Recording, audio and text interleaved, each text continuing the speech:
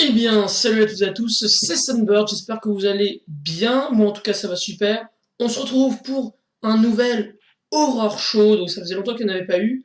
Je vous laisse tout de suite avec l'Horror Show parce que j'ai absolument rien à vous dire pendant cette séquence, mis à part que c'est les vacances et que je vous souhaite de bonnes vacances, voilà, tout simplement.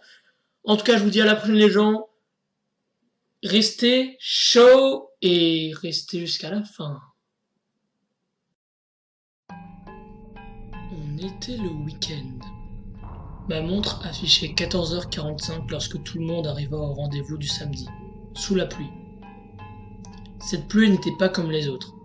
Elle était violente, autant sur la durée que sur la quantité de gouttes. Voyant notre après-midi gâché, nous décidâmes de rentrer chez nous quand César eut une brillante idée. « Les gars, nous dit-il, le bâtiment là, l'entrepôt, il est en réparation, non? Y'a personne dedans. Si vous voulez continuer l'après-midi entre potes, on peut aller dedans. En plus, le week-end, y a personne là. » Nous nous regardâmes tous sans savoir quoi prendre comme décision. « C'est décidé, dit Clément, haut et fort. On y va. On va quand même pas gâcher cet après-midi qui s'annonçait si bien. » On approuva l'idée de Clément. En soi, il a dit ce que tout le monde pensait mais personne ne l'aurait dit. Car depuis que cet entrepôt est en réparation et rénovation, les murs sont détruits. Enfin, un lieu pas très joyeux. Et sa grandeur n'arrangeait pas les choses, sachant qu'il faisait environ 200 mètres carrés avec un total de 7 étages.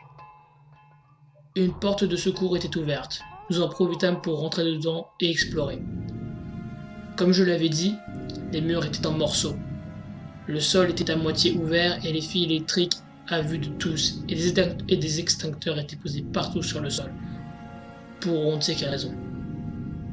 Nous explorions encore l'entrepôt pour trouver le coin parfait qui nous permettrait de passer une bonne après-midi.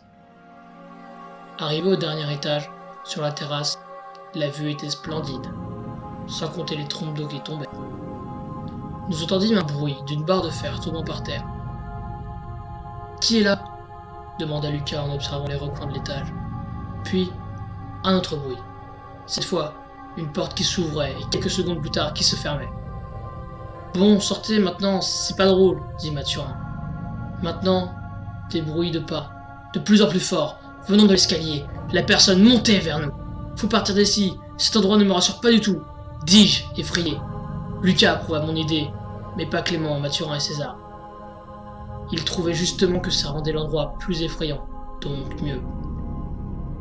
Nous descendîmes au rez-de-chaussée, dans le hall de l'entrepôt, une immense salle contenant de nombreuses choses comme des escalators, des miroirs mais également des extincteurs.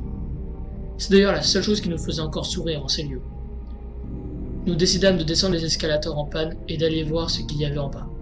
D'un coup, la lumière s'alluma petit à petit dans le hall. Une silhouette apparut. Un homme, d'environ 1m80, corpulence musculaire. Il portait un habit de fermier et un masque d'ancien théâtre grec, avec des larmes noires et un trait de la même couleur coupant son visage. On était terrorisés. Mieux je le voyais, plus je pensais que j'aurais dû m'écouter et partir d'ici. L'homme avançait vers nous. Nous reculions à petits pas, et d'un coup, l'homme se jeta sur Lucas et lui arracha la gorge. C'est à ce moment-là que nous nous dirigeâmes vers la sortie, laissant le corps de Lucas baigné dans le sang. Arrivés à l'entrée, nous remarquâmes que l'homme avait prévu notre fuite. Il avait fermé la porte. De plus, aucun autre moyen de sortir. Nous étions tous coincés, et l'homme arriva vers nous en marchant. Il savait que l'on était coincés et que l'on pouvait prendre son temps, avant de nous tuer nous aussi. Clément se jeta sur lui et nous dit « Fuyez, vite! Trouvez un autre moyen de partir d'ici! Vite !» Nous partîmes en courant en pensant à Clément qui venait de sauver la vie de Mathurin, César et moi. Nous fermâmes toutes les portes derrière nous. Nous courions dans tous les sens, affolés par ce psychopathe qui était derrière nous. Nous cherchâmes une sortie, mais toujours rien. À ce moment-là, je me rappelle d'une porte, tout en bas de la cage d'escalier. « Suivez-moi, je sais où il faut aller !» dis-je à Mathurin et à César. Nous courûmes vers la porte qui menait à l'escalier.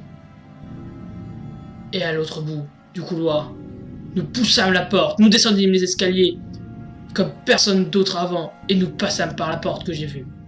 Une sortie! Nous étions sauvés. Je passai en premier, suivi de César et Mathurin. Le premier pied dépassant la porte, L'homme lui prit le col et le ramena dans l'entrepôt. Des cris sortaient. Tous les passants se demandaient ce qui se passait. Puis l'homme ouvrit la porte, nous jeta la tête mutilée et arrachée de son corps avec un mot écrit dessus. Ne revenez plus.